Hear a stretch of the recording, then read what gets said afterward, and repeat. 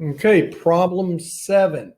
I recognize it as a cubic. You have 8x to the third minus 125. Both are perfect cubes.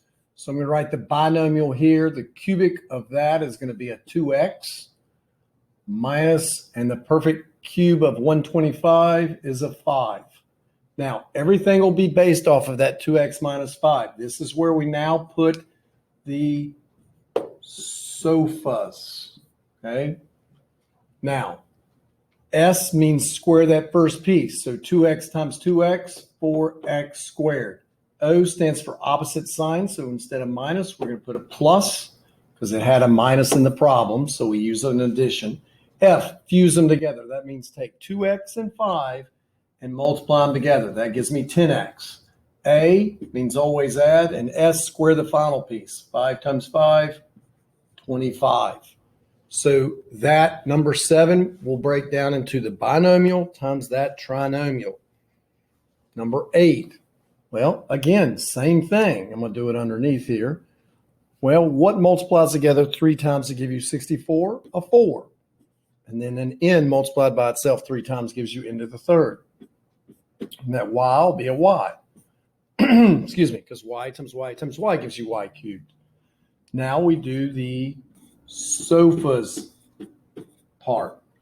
S, square the first piece. 4n times 4n, 16n squared. O, opposite sign. We were using addition, so we're going to now have subtraction.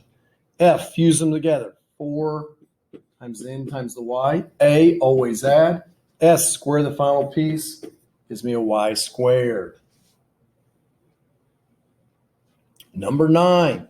Well, the cubic root of n cubed is n minus, that'll be a 3y. There's my binomial piece. Now for the sofas piece, the trinomial piece. S, square the first piece. N times n, n squared. O, opposite sign, so I use addition.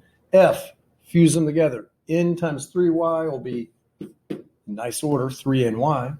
A, always add. S, square the final piece. 3y times 3y, 9y squared. Number 10.